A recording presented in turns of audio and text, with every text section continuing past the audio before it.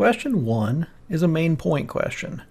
We know this because it asks what the main conclusion of the economist's argument is.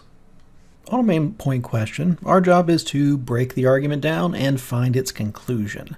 The correct answer will either be a direct quote of that conclusion or a rephrasing of it. So if we look at the argument here, the conclusion is found right in the middle. Not all efforts to increase productivity are beneficial to the business as a whole. We know that's the conclusion because the rest of the argument is explaining why.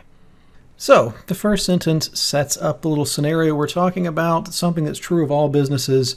They strive to increase their productivity because that's the best way to make sure the business keeps going. And then the last sentence explains why we should believe that not all efforts to increase productivity are beneficial to the business as a whole. Because, well, here's an example. Sometimes you try to increase productivity by decreasing the number of employees, and that harms the dismissed employees as well as the well-being of the people who are left behind. So with the conclusion in hand, we go to the answer choices, looking for that restatement.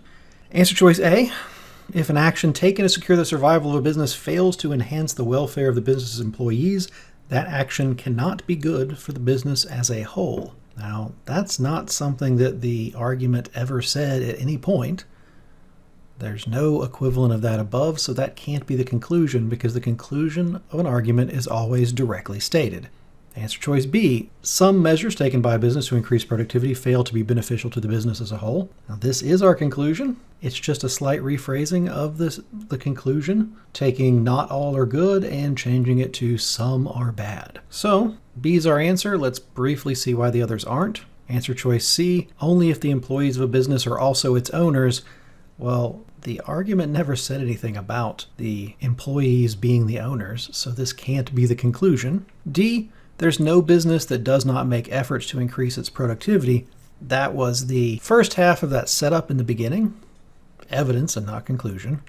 Decreasing the number of employees in a business undermines the sense of security of retained employees. Well, that's the last piece of evidence, but not the conclusion.